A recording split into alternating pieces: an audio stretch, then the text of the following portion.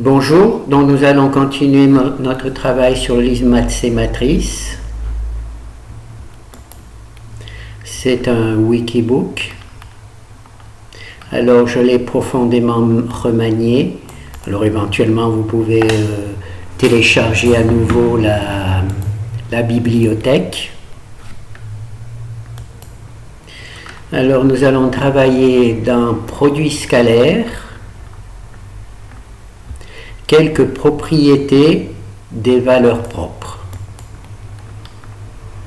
Alors, la première propriété que l'on va observer, on va agrandir un peu, la somme des valeurs propres de A est égale à la trace. Donc on va récupérer l'exemple.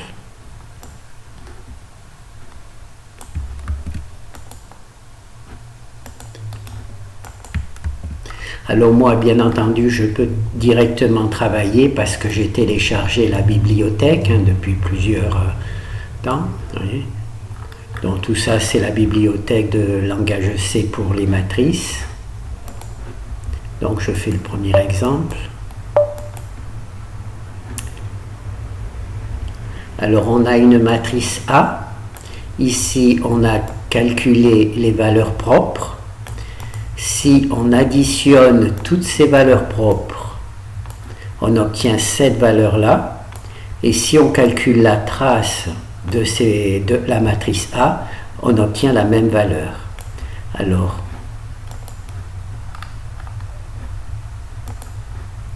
la somme des valeurs propres des A est égale à la trace de A. Alors la trace, naturellement, c'est les valeurs qui sont sur la diagonale. D'accord? Donc là, c'est avec une nouvelle matrice, une nouvelle valeur propre, et on s'aperçoit qu'en effet, on a toujours la même valeur. La trace, c'est égal à la somme des valeurs propres. Une troisième. Voilà. Notre matrice, on calcule la trace, c'est-à-dire qu'on additionne toutes ces valeurs sur la diagonale. On prend nos valeurs propres et on les additionne et on obtient la même valeur. Alors on va voir le code. Alors naturellement, pour calculer les valeurs propres, on travaille obligatoirement sur des matrices symétriques. Des matrices symétriques parce que si elles ne sont pas symétriques, elles peuvent avoir des valeurs complexes. Et naturellement ici, on est dans le travail sur les valeurs réelles. Donc on crée une matrice symétrique. Je ne vous l'ai pas montré, mais on va donc voir. Et elle est symétrique. Cette valeur-là et cette valeur-là sont identiques. Cette valeur-là et cette valeur-là sont identiques. Cette valeur-là et cette valeur-là sont identiques. Donc c'est bien une matrice symétrique. Donc on imprime tout simplement la matrice. Alors là, il y a la fonction qui permet de calculer les valeurs propres et la fonction ici qui les affiche. Et ici, on additionne simplement les valeurs propres les unes après les autres. Hein, on reconnaît. Et ici, on calcule, et ensuite ici, on l'affiche. Et ici, on calcule directement la trace de la matrice A, c'est-à-dire la somme de la diagonale de la matrice A. Et on voit que les deux valeurs sont identiques. La somme des valeurs propres et la trace, on a les mêmes valeurs. Alors là, on va voir le deuxième exemple. Bon, là, je ne fais pas la partie statique. J'essaie de toujours faire une partie statique pour que vous puissiez essayer sur vos propres matrices. Donc là, c'est la somme des valeurs propres de A est égale à la trace de A. Là, c'est le produit des valeurs propres de A est égal au déterminant. D'accord? Donc on va récupérer le travail.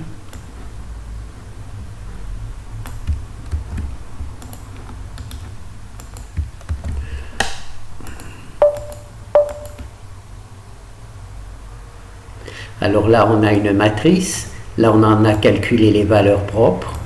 Là, on a calculé le produit des valeurs propres. Et quand on a calculé le déterminant, on obtient la même valeur. Donc là, c'est une nouvelle matrice. Là, ce sont les valeurs propres. Donc on fait le produit de toutes ces valeurs propres et on obtient cette valeur-là. Et quand on calcule le déterminant de cette matrice, on obtient la même valeur. Donc on va voir le code. Alors ici, il y a la fonction qui calcule les valeurs propres. Ici, on calcule le produit de toutes les valeurs propres et puis on le met dans S et on affiche S. Et ici, on calcule directement le déterminant de A et on voit bien que la somme des valeurs propres est égale au déterminant de A. Voilà. Donc, c'est des propriétés que l'on a déjà vues, mais enfin, je les ai toutes réunies. Les valeurs propres de l'inverse de A correspondent aux inverses des valeurs propres. Ça veut dire que si on a une matrice A dont on calcule les valeurs propres, d'accord? Donc ça, ce sont les valeurs propres. Si on prend l'inverse de A et qu'on calcule les valeurs propres de l'inverse de A, eh bien, les valeurs propres de l'inverse de A, ce sont l'inverse des valeurs propres. On va voir comment j'ai étudié le problème. J'aurais dû prendre le cahier, mais j'ai oublié. Tant pis.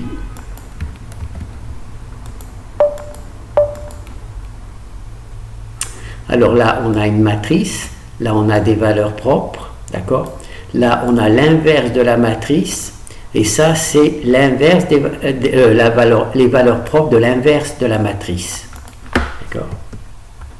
Et quand on multiplie les valeurs propres multipliées par l'inverse des valeurs propres, on obtient 1, ça veut donc dire qu'elles sont inverses l'une de l'autre. Donc on va refaire un autre exemple. Voilà. Alors, il y a un petit souci. Attention, donc les valeurs propres de l'inverse de A correspondent aux inverses des valeurs propres de A. Attention, l'ordre des valeurs propres est inversé. Je ne sais pas si c'est à cause de mon travail ou si c'est général. Alors, je vais vous montrer comment les choses se passent. Alors, je prends une calculatrice. Alors, je prends cette valeur propre, ça c'est la valeur propre de A. D'accord? Je la multiplie par... donc là, j'ai pris la première, donc là, je prends la dernière. Je multiplie et j'obtiens 1. D'accord? Donc, bien entendu, là, c'est les erreurs de calcul parce que langage C, naturellement, il faudrait une infinité de chiffres pour que les valeurs truquent. Donc là, maintenant, je vais prendre le deuxième. Donc, le deuxième, je vais le multiplier par celui-là, qui est le symétrique. Là, c'est le deuxième, là, c'est le truc. D'accord? Et on va avoir, voilà, bien entendu, 10 puissance 3 de 999, on sait que 9999, 0,999, c'est 1. D'accord? C'est 1. Je ne sais pas si on pourrait... non, je crois qu'on ne peut pas faire que ça apparaisse. Alors, 10 moins 3, 900, c'est 0,999, et on sait que 0,999, c'est 1. Donc maintenant, je prends celui-là, le troisième.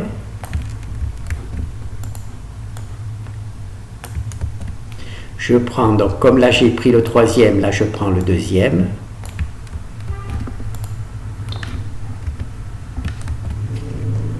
Et j'obtiens de nouveau 1.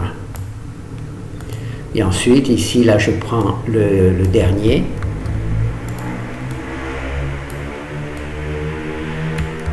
Et donc là je prends le premier.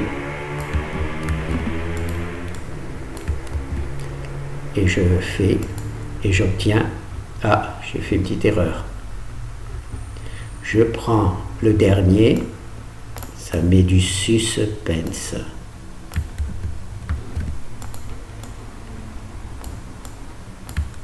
Voilà, multiplié par le premier.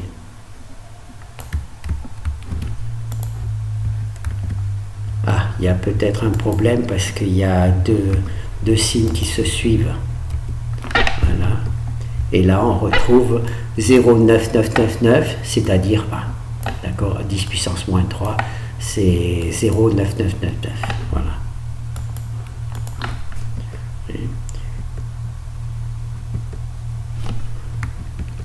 Alors, on va voir comment j'ai traité le sujet. Alors, naturellement, je calcule toujours les valeurs propres. Donc, la matrice symétrique. Là, je calcule les valeurs propres, directement ici. Là, je calcule la matrice inverse de A. Ensuite, là, je calcule la matrice inverse de A. Je calcule les valeurs propres de la matrice inverse de A. Donc, c'est l'inverse des matrices. D'accord. Et là, je multiplie simplement les valeurs propres avec l'inverse des valeurs propres. D'accord. Alors, I, c'est pour le premier, et J, c'est le dernier des valeurs propres. C'est comme ça que je traite.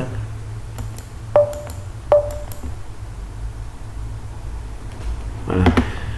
Alors, est-ce que... Non. Voilà. Ici, c'est 1, donc c'est le premier. D'accord. Donc, je prends cette valeur-là. Et ici, c'est J. Et J, c'est le dernier. Et donc, je prends celui-là. En multipliant celui-là par celui-là, j'obtiens 1. Bon, on va pouvoir le refaire. Voilà. Je récupère le premier,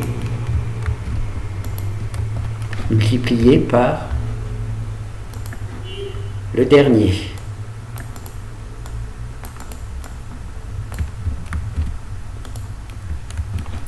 Est-ce qu'on y croit? Et voilà. 10 puissance moins 3 de 999. 0,999, c'est naturellement 1. D'accord. Donc là, c'est bon. Et là, naturellement, on multiplie le vecteur, le valeur propre par son inverse, et naturellement, ça affiche 1.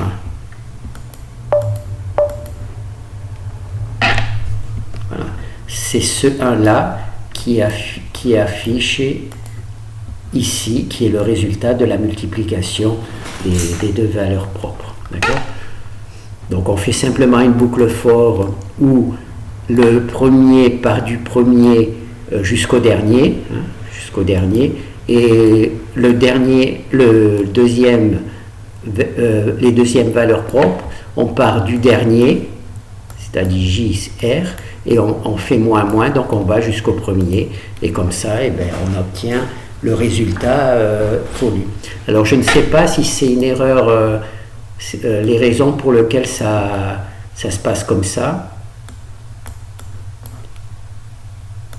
Normalement, on multiplie simplement les valeurs propres entre elles, mais je ne sais pas pourquoi celles qui sont inverses sont aussi dans l'ordre inverse par rapport à mon travail.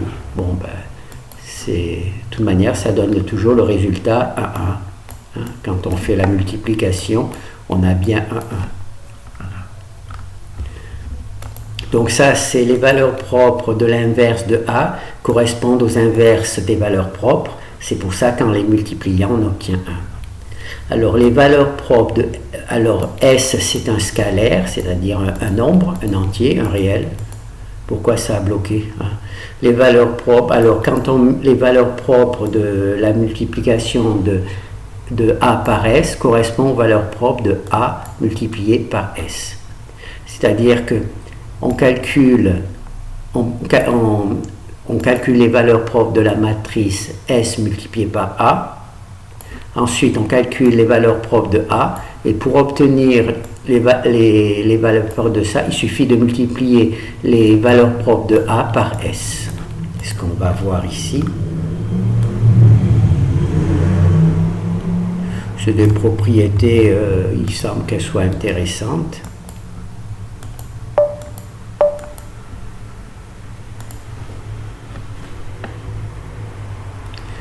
Alors, on a notre matrice A, on a ses valeurs propres.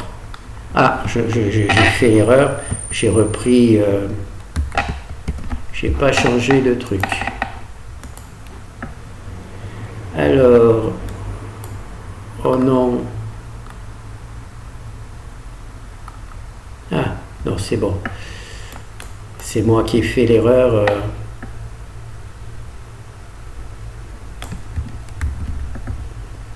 J'avais peur. Voilà.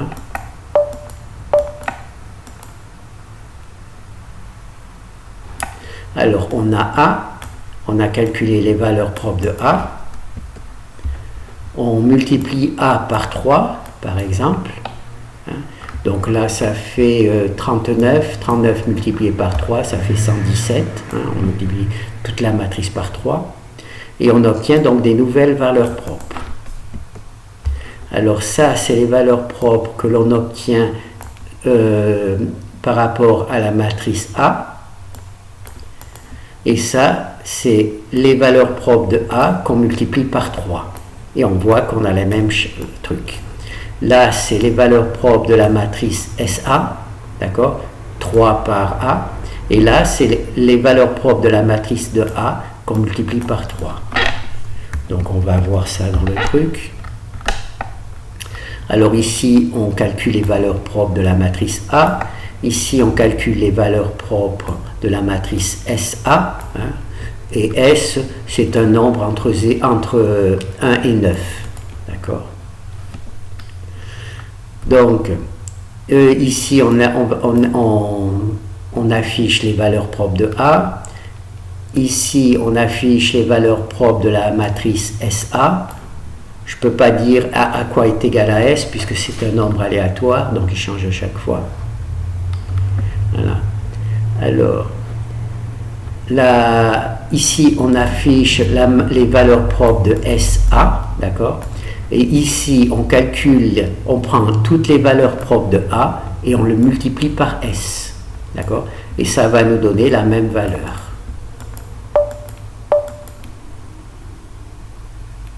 Alors là, on a notre matrice A avec ses valeurs propres. Là, on a la matrice SA, c'est-à-dire S multiplié par 5 dans ce cas particulier. Et là, c'est les valeurs propres de la matrice AS, c'est-à-dire 5A. Et là, donc, on affiche la matrice 5A, les valeurs propres de la matrice 5A.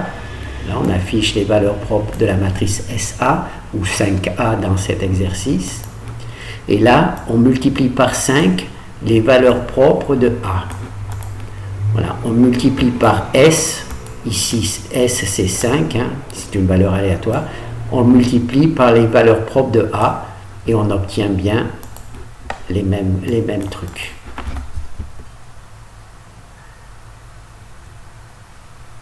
Donc là, notre matrice A, ici, ses valeurs propres. Ici, c'est la matrice A multipliée par 9, donc la matrice SA, avec ses valeurs propres. Et là, donc, c'est la matrice SA, c'est-à-dire la matrice 9A. Ici, c'est les valeurs propres de la matrice A multipliées par 9. Et on voit qu'on a les mêmes valeurs. On a les mêmes valeurs. Voilà. Ici, S multiplié par les valeurs propres de A. Et ici, c'est les valeurs propres de la matrice SA. Voilà. Donc là, c'est une nouvelle propriété. Maintenant, les valeurs propres de A plus SID, la matrice identité, correspond aux valeurs propres de A plus S. Donc là, on a notre matrice A, d'accord? On va fabriquer une matrice identité, c'est-à-dire une matrice diagonale avec des 1 sur la diagonale et des zéros partout. On va multiplier cette matrice par S, donc ça va nous mettre par exemple 2, si S c'est 2, il va y avoir des 2 partout sur la diagonale. On va faire l'addition, pas la multiplication, et bien pour obtenir, et donc là on va calculer les valeurs propres, et pour obtenir les mêmes valeurs propres à partir de la matrice A, il suffira de calculer les valeurs propres de A et d'ajouter S. C'est ce que l'on va voir maintenant.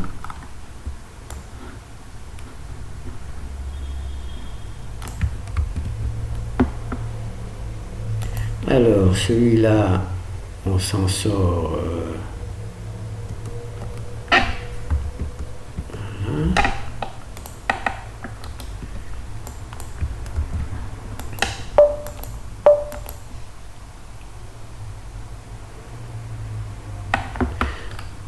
Alors, on a une matrice A. On en calcule les valeurs propres. D'accord? On crée une matrice identité et on la multiplie par ici S, c'est 7.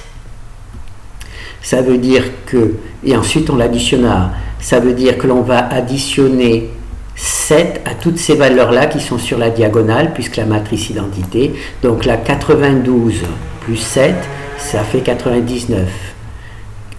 Moins 56 plus 7, ça fait moins 49. 19 plus 7, ça fait 26. D'accord? La valeur là, 7 multiplié par la matrice identité, il n'y a que des 7 que sur la diagonale. Et on additionne. Et donc là, c'est les valeurs propres de cette matrice particulière, où il y a plus 7 sur toutes les diagonales. Voilà. Donc là, c'est les valeurs propres de A. Là, c'est les valeurs propres de la matrice A plus 7D. Et là, c'est les valeurs propres de A plus 7. C'est cette valeur-là, plus 7. Donc 234 plus 7, ça fait 241. Moins 199 plus 7, ça fait 192. Voilà. D'accord.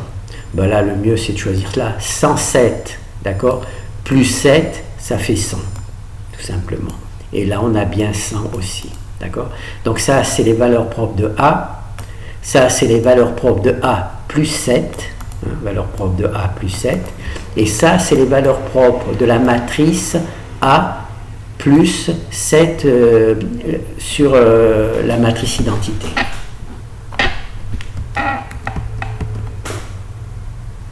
Allez, hop. Voilà. Alors là, on calcule les valeurs propres de la matrice A. Oh là, d'accord, là j'ai tout détruit. Voilà. Donc là, on calcule les valeurs propres de la matrice A. Là, on crée la matrice identité. Là, on multiplie la matrice identité par S. Ensuite, on additionne A à la matrice identité multipliée par S. Et on calcule les valeurs propres de la matrice A plus la matrice identité multipliée par S. D'accord? Donc là, on a les deux valeurs propres, A et la matrice identité A plus S identité. Voilà. Donc,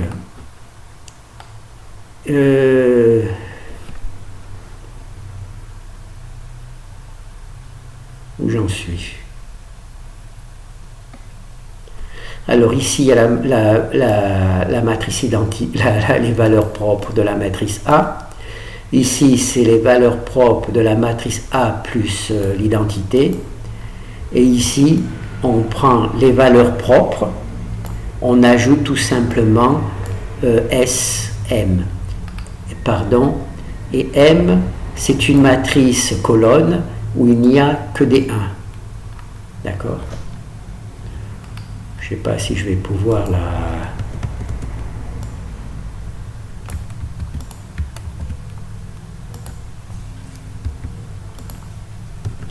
Alors M,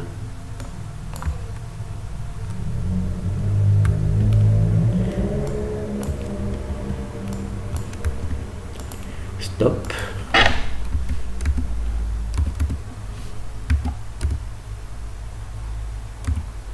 Voilà, c'est ici que M est construite, donc c'est une matrice colonne avec uniquement des... Voilà, c'est la matrice 1, d'accord? Cette matrice 1, je la multiplie par S, cette matrice 1, je la multiplie par S. Ah oui, j'aurais dû le marquer en dessous, tant pis. Et donc, je rajoute cette matrice-là à la matrice des valeurs propres, et donc on obtient comme ça A plus les trucs. Voilà. Les valeurs propres de A truc correspondent aux valeurs propres de A plus S. Donc on prend les valeurs propres de A et on ajoute tout simplement S pour obtenir les valeurs propres de cette matrice-là particulière. Donc là c'est bon. Et là c'est les valeurs propres de A à la puissance P correspondent aux valeurs propres de A qu'on met à la puissance P. Voilà, donc on va voir ça. J'aurais dû écrire... ça aurait peut-être été plus... Enfin, tant pis.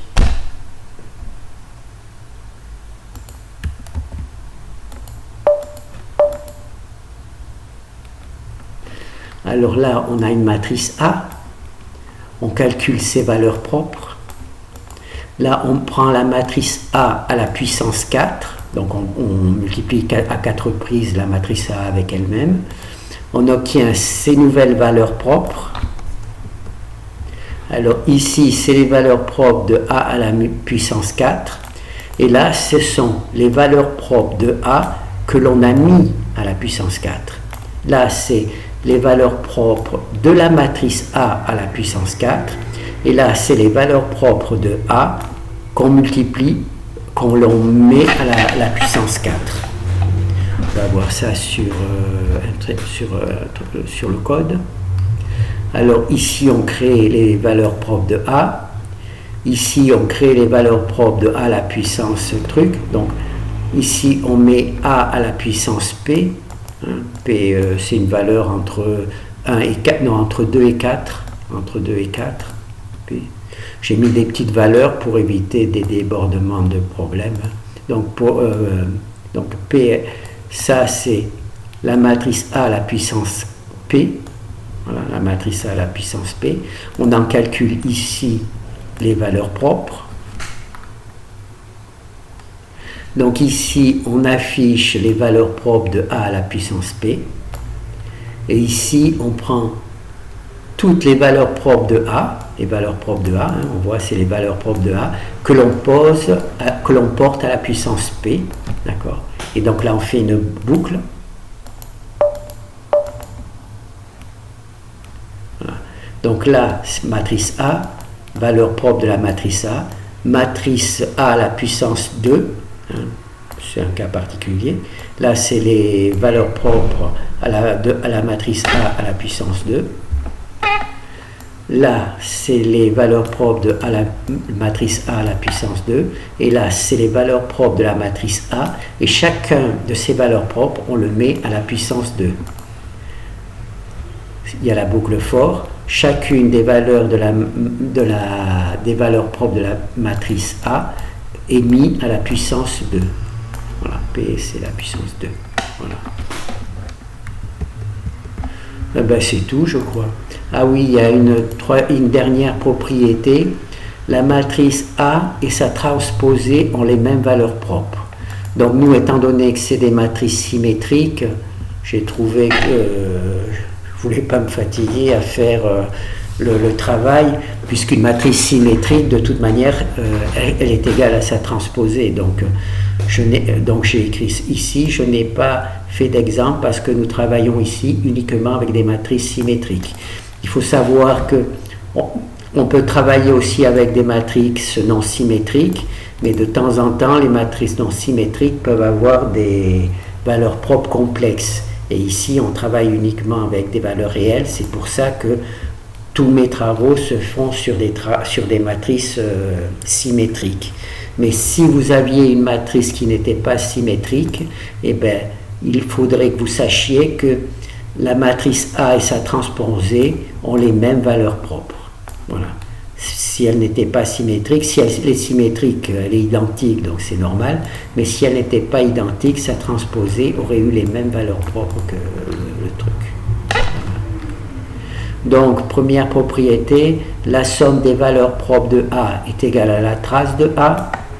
Le produit des valeurs propres de A est égal au déterminant de A. Les valeurs propres de l'inverse de A correspondent aux inverses des valeurs propres de A. Les valeurs propres de SA correspondent aux valeurs propres de A multipliées par S. Les valeurs propres de la matrice A plus la matrice identité S correspondent aux valeurs propres de A plus S. Les valeurs propres de la A à la puissance P correspondent aux valeurs propres de A qui sont mis à la puissance P. D'accord? Et la matrice A et sa transposée ont même valeur propre. Voilà. Donc, comme je vous ai expliqué, je vais essayer de réduire un peu. J'ai profondément modifié la présentation du livre Maths et Matrices. Pourquoi? Parce que j'ai voulu faire ici c'est les matrices complexes. On voit il y a la bibliothèque, les propriétés et applications, Octave, et là pour la matrice, la bibliothèque, les propriétés et applications, les logiciels.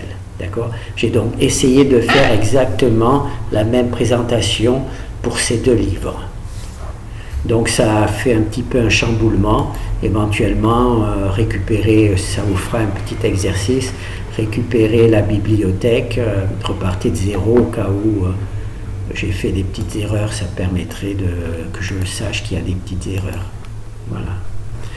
Donc voilà, donc c'est terminé. Donc on a vu un petit travail sur les, comment ça s'appelle, les valeurs propres. Merci.